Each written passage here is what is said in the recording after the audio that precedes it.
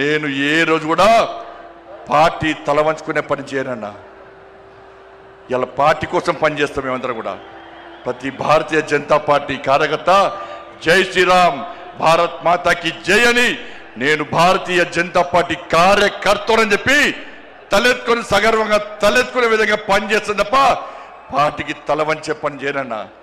చాతగాని మూర్ఖులు, ధైర్యంగా రాజకీయంగా ఎదుర్కోలేని దద్దమ్మలు ఇలా ఏదో చేసి బండి సంజయ్ని కానీ భారతీయ జనతా పార్టీని ఇబ్బంది పడితే నేను ఫామ్ హౌస్ లో ఎలుకని కాదన్నా,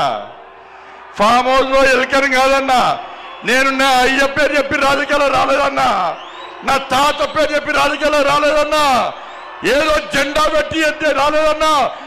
నేను కాసేపు జెండాను, కమలపు జెండాను భుజం మీద మోసుకొని సామాన్య కార్యకర్తగా నా రాజకీయం ప్రారంభించి ఒక రాష్ట్రీయ స్వయం సేవక, ఒక ఏబీవీపీ కార్యకర్తగా, ఒక యువమోర్చా కార్యకర్తగా, ఒక నరేంద్ర మోడీ శిష్యునిగా భారతీయ జనతా పార్టీ కార్యకర్తగా పనిచేస్తున్నప్ప సగర్వంగా భారతీయ జనతా పార్టీ కార్యకర్తని తలెత్తుకొని తిరిగి పనిచేస్తున్నప్ప తల వంచే పని చేయన్నా.